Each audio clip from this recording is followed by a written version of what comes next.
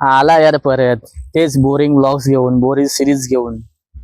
काय नवीन बनवत नाही, मजा येत नाही, फक्त माहिती देतो, इन्फॉर्मेशन देतो बस. असं एंटरटेन करत नाही यार. शी, नुसतं सिरियस सिरियस ब्लॉग काय करायचं ह्याचं. अरे भगाव यार इसको, भगाव. थांबा थांबा, जाऊ नका. व्हिडिओ पूर्ण बघा. या व्हिडिओमध्ये आपण या सिरीजसाठी काय काय करणार आहोत, कसं शेड्यूल असणार आहे, काय काय मजा मस्ती धमाल येणार आहे हे पूर्ण दाखवणार आहोत. तर पूर्ण शेड्यूल जाणून घेण्यासाठी हा व्हिडिओ पूर्ण बघा. मस्तपैकी गप्पा मारू.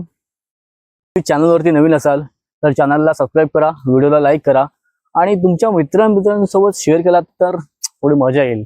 म्हणजे त्यांना पण कळेल की काहीतरी कोणतरी चांगलं बनवत आहे. So keep watching sarcastic Panchal. Video चालू करूया. तर तुम्हाला पटकन सिरीजचं शेड्यूल सांगतो काय असेल. तर बेसिकली कोकणामध्ये गणेशोत्सव कसा साजरा केला जातो, काय दिनचर्या असते गणेशोत्सवाची, सकाळी उठल्यानंतर ते रात्री झोपेपर्यंत भजन वगैरे आरत्या. तर सगळ्या गोष्टी तुम्हाला मी दाखवेन. सॉरी, डेकोरेशन लावण्यापासून डेकोरेशन काढण्यापर्यंतचा प्रवास काय असतो कोकणातला गणपती उत्सवाचा हे तुम्हाला मी सांगण्याचा प्रयत्न करेन.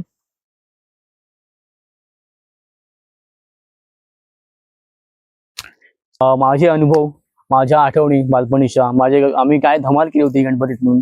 तर माझे बरेचसे मित्र आहेत वाडीतले, त्यांच्यासोबतची मुवमेंट मी रिक्रिएट करेन. त्यांना विचारेन काय होता अनुभव आणि कसं बालपणात आपण बऱ्याच गोष्टी चुका करतो, उंडकतो, फिरतो, मजा मस्ती करतो. तर बऱ्याच गोष्टी मिस होतात, मॅच्युअर नसतो आपण.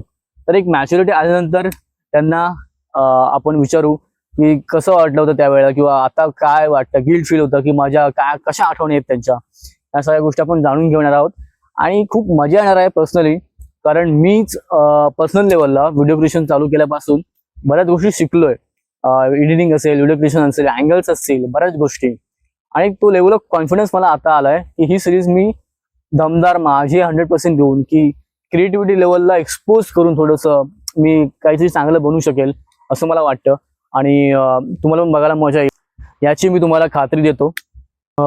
तर आपण काही टार्गेट सेट केलेले आहेत डे टू डे लाईफमध्ये, दिनचर्येमध्ये. ते असे आहेत की 50 पुशअप्स. कारण मी जिम गाय आहे, जिमरॅट आहे.